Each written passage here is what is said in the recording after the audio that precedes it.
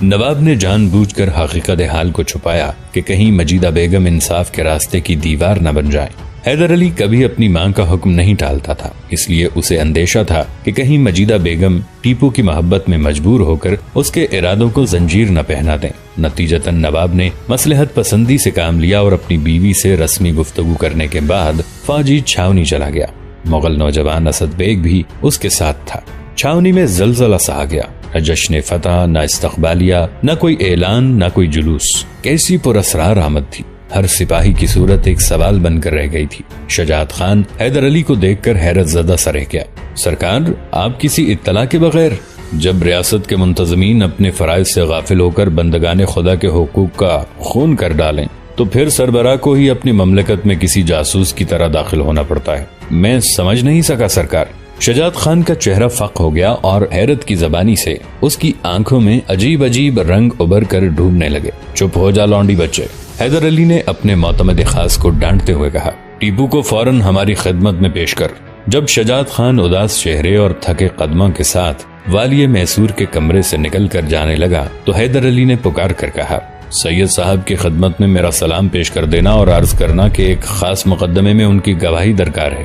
شجاعت خان نے گھبرا کر حیدر علی کی طرف دیکھا، مگر اسے دوسرے ہی لمحے اپنا زاویہ بدل دینا پڑا۔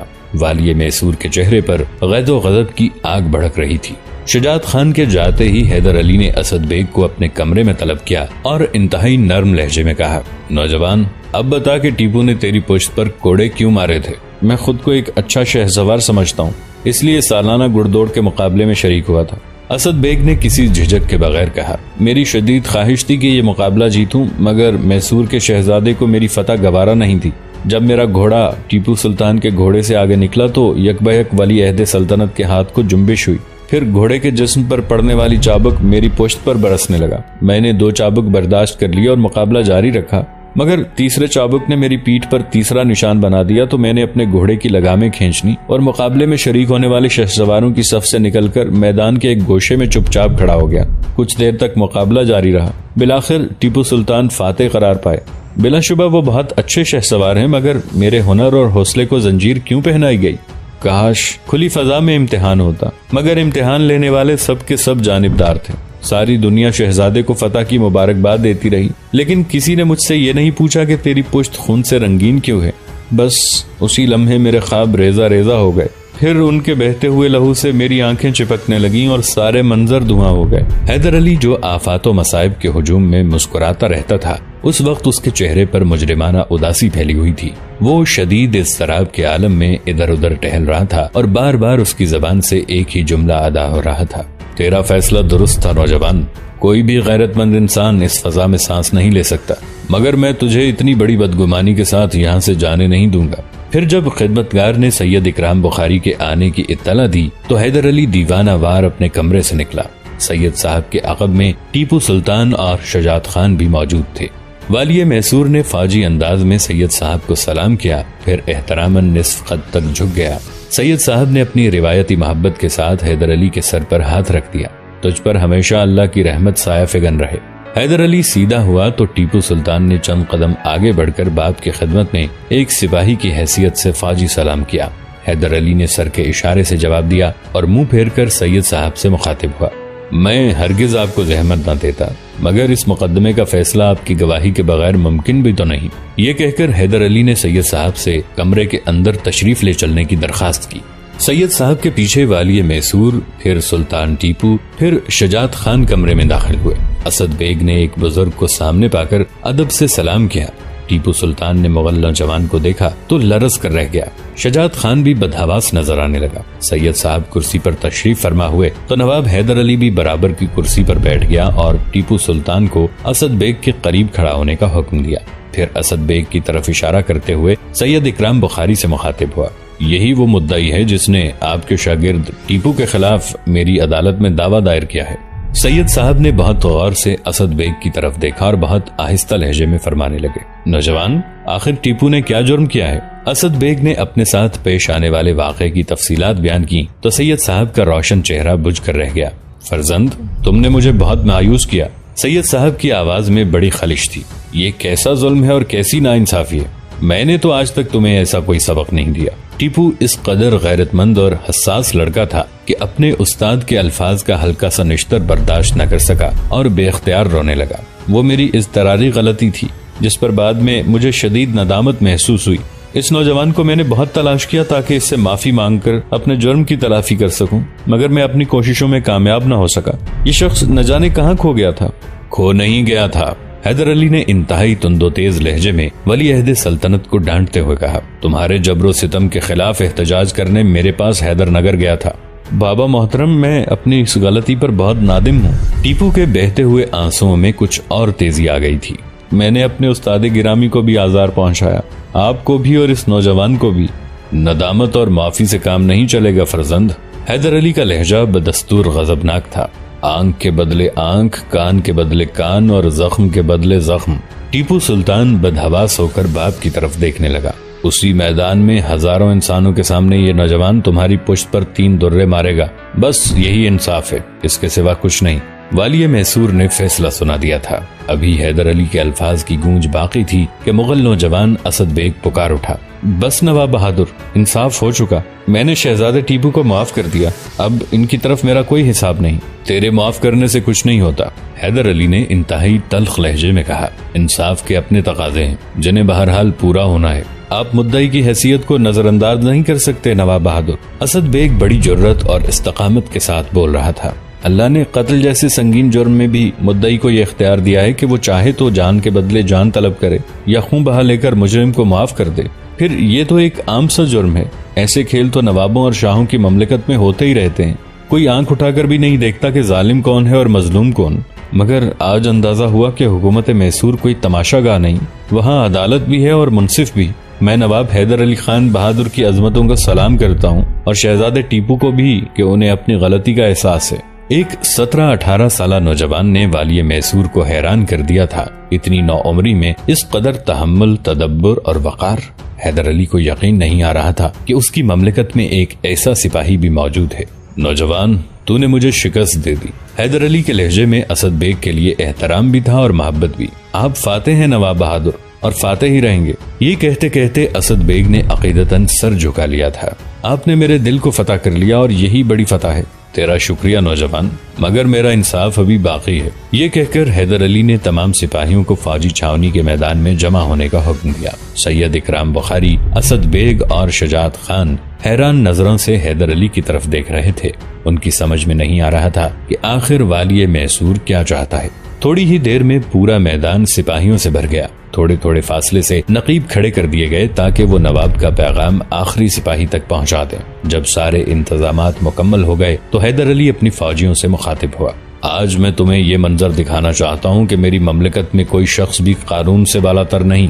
یہ میرا بیٹا ٹیپو سلطان ہے، جس سے ایک جرم سرزد ہوا اور آج اسے سرعام سزا دی جا رہی ہے۔ نقیبوں کی آوازیں دور تک گونجتی چلی گئیں۔ پھر ٹیپو سلطان کے جرم کی مکمل روداد بیان کی گئی۔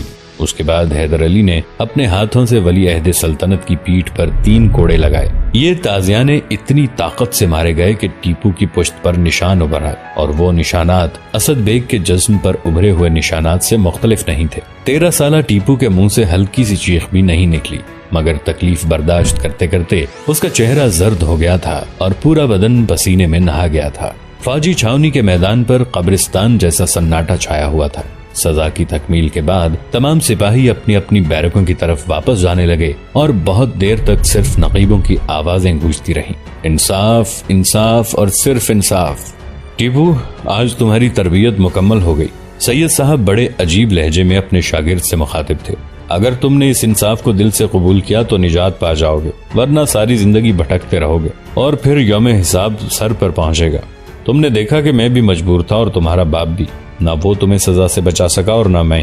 اسی میدان کی طرح حشر کے میدان میں بھی لوگ جمع ہوں گے اور وہاں بھی تمہیں کوئی نہیں بچا سکے گا سوائے اللہ کی رحمت کے۔ اب میرے دل میں کوئی خلش نہیں استاد گرامی۔ ٹیپو کا لہجہ پرسکون تھا۔ اس سزا کے بعد مجھ پر کسی کا قرض باقی نہیں رہا، مگر پھر بھی اسد بیگ کا مقروض ہوں کہ اس نے مجھے کھلے دل سے معاف کر دیا تھا۔ اسد بیگ سے بھی اپنا حساب صاف کر لو، اسے کھو مت دینا، بڑا عجیب نوجوان ہے۔ یہ کہہ کر سید صاحب پیادہ پاہی اپنی درسگاہ کی طرف جانے لگے۔ حیدر علی نے بہت اصرار کے ساتھ سواری پیش کی مگر سید صاحب نے انکار کر دیا۔ پورے شہر میں یہ خبر عام ہو چکی تھی اور سرنگا پٹم کے در و دیوار پر دہشت آمیز سکوت طاری تھا۔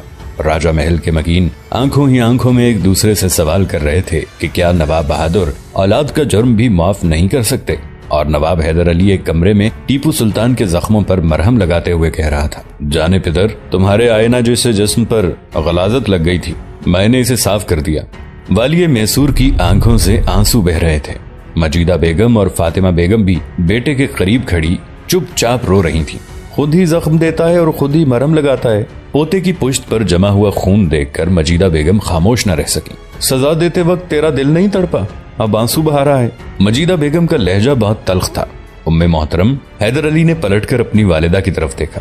سزا اسے نواب بہادر نے دی تھی جو سربراہ مملکت ہے، اور رو رہا ہے حیدر علی جو اس وقت باپ ہے اور صرف باپ۔ تھوڑی ہی دیر میں سریتا بھی وہاں پہنچ گئی اور ٹیپو کے زخموں کو دیکھ کر بے اختیار رونے لگی۔ لڑکی تجھے یہاں آنے کی اجازت کس نے دی؟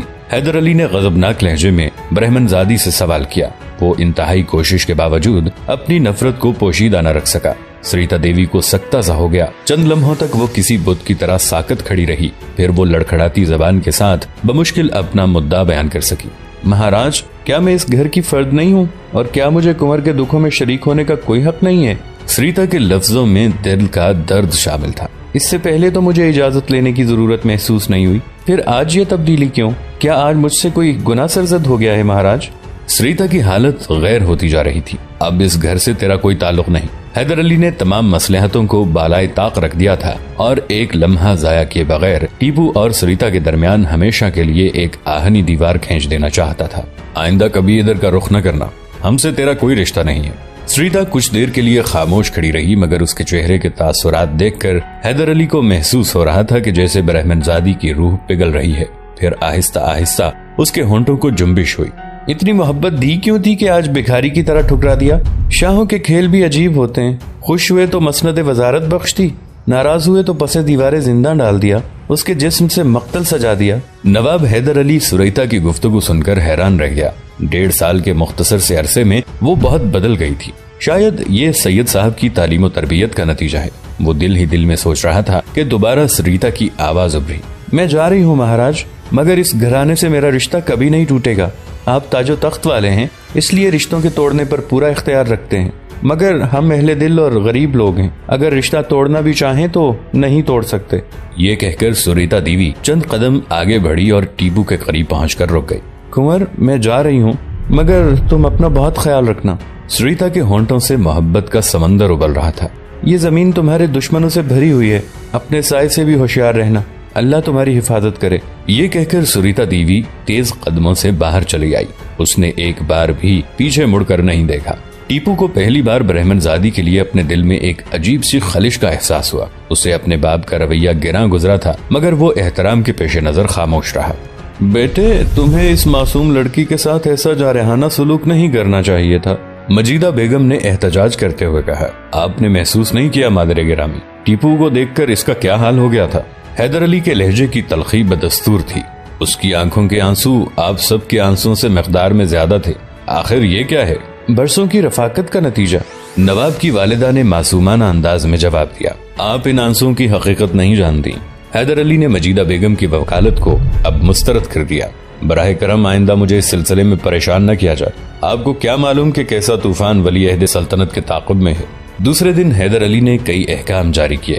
پہلا حکم یہ کہ پرانے قلعے کو آہستہ آہستہ مسمار کر کے نیا قلعہ تعمیر کیا جائے اور راجہ کرشنا کی رہائش گاہ کو اس طرح الگ کر دیا جائے کہ اس کا قلعے سے براہ راست کوئی تعلق نہ رہے۔ دوسرا حکم سلطنت کے تمام ملازمین پر دہشت طاری کر دینے والا تھا۔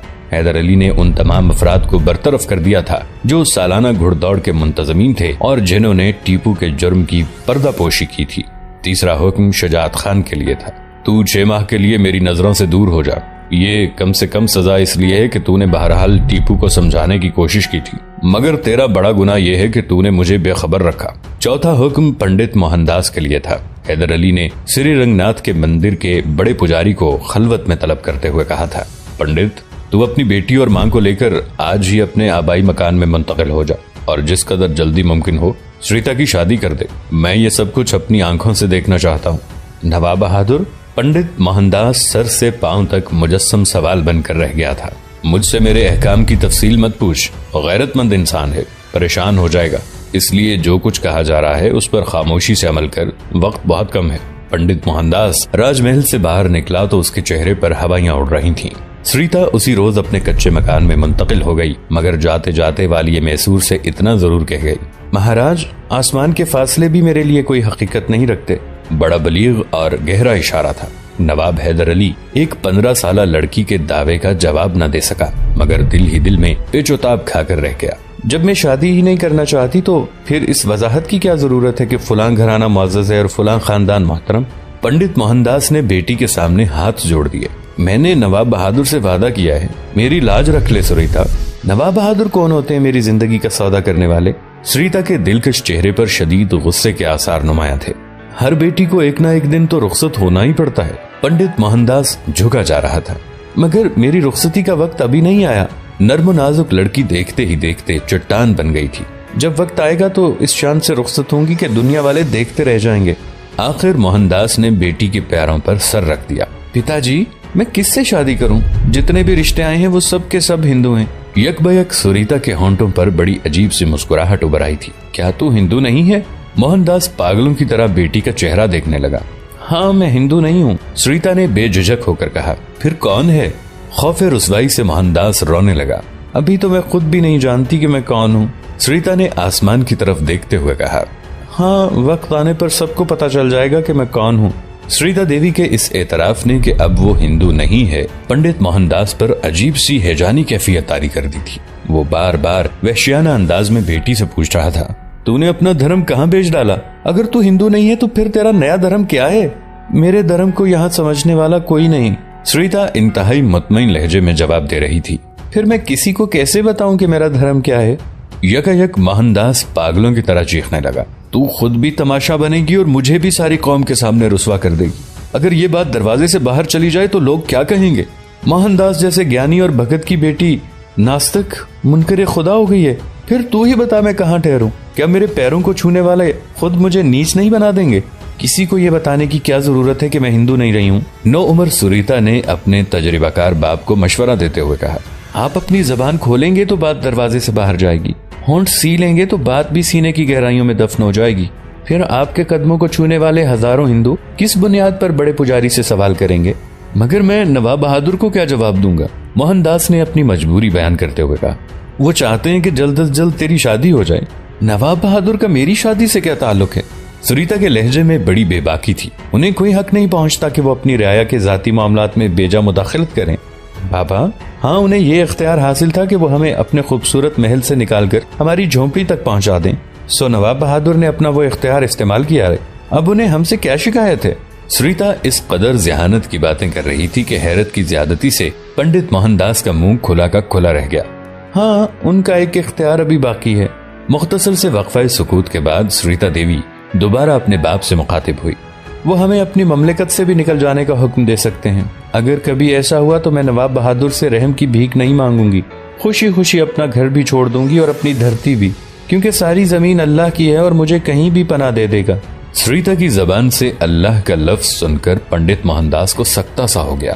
پھر کچھ دیر بعد اس نے اپنے اعصاب پر قابو پایا اور انتہائی غضبناک لہجے میں بیٹی سے کہنے لگا. تیری زبان پر اللہ کا نام کیوں آیا؟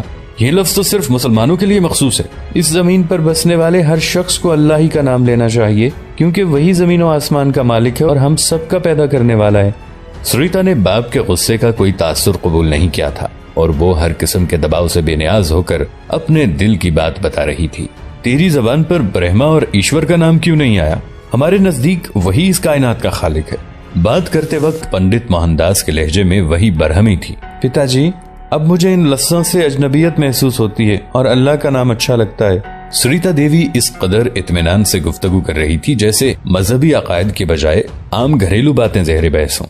پنڈت موہن داس کا غصہ اپنے عروج کو پہنچ چکا تھا. اب میں سمجھا کہ تجھے کس نے گمراہ کیا ہے. دوستو, آج کے لیے اتنا ہی. اسی کہانی کی اگلی قسط کے ساتھ بہت جلد حاضر ہوں گے. نیچے کامنٹ سیکشن میں اپنی رائے کا اظہار ضرور کیجیے گا. ہمارے اس چینل کو سبسکرائب کر کے نیچے موجود بیل آئیکن کو بھی ضرور کلک کیجیے گا۔ اگلی ملاقات تک کے لیے ہمارا اور آپ کا اللہ نگہبان۔